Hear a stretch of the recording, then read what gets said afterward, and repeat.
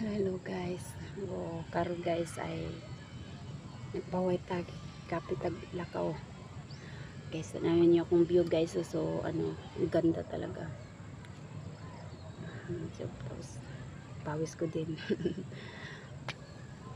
Naglakad lang ako guys kasi alam niyo na di tayo marunong magto-drive ng motor.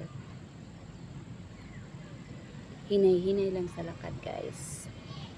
Ang ganda ng view kasi dito. Tsaka di maulan ngayon. Kaya nagtambay muna ako dito sa gate. Baka ako nakita ng card. Bumasita guys.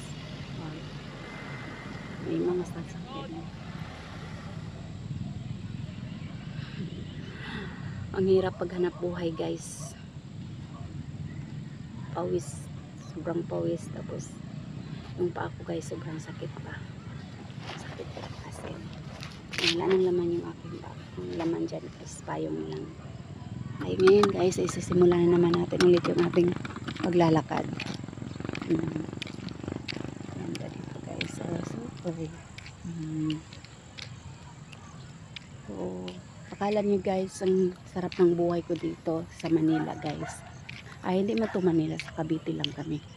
Hindi po, sobrang hirap din. Yung ginagawa ko dito, di ko pa yun nagawa din sa amin, sa bukid. Kasi pag nagtitinda ka naman doon, di ka naman naglalako. Dito naman, nagdi-deliver lang ako.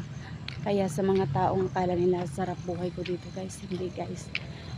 Hanap buhay din kami dito. Tumutulong ako sa aking asawa guys.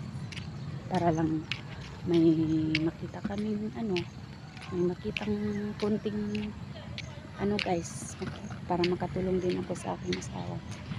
Kasi pag andito ka sa Manila guys, ang hirap, mahirap talaga. Lahat binibili guys, di ka makakain pag wala kang pera. Pag wala kang piso, di ka makabili guys.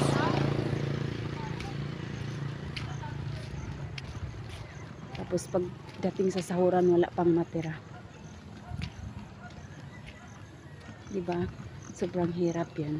Ganon. Pero okay lang. Go pa rin ang go. So, yun lang muna guys. So, thank you sa inyo.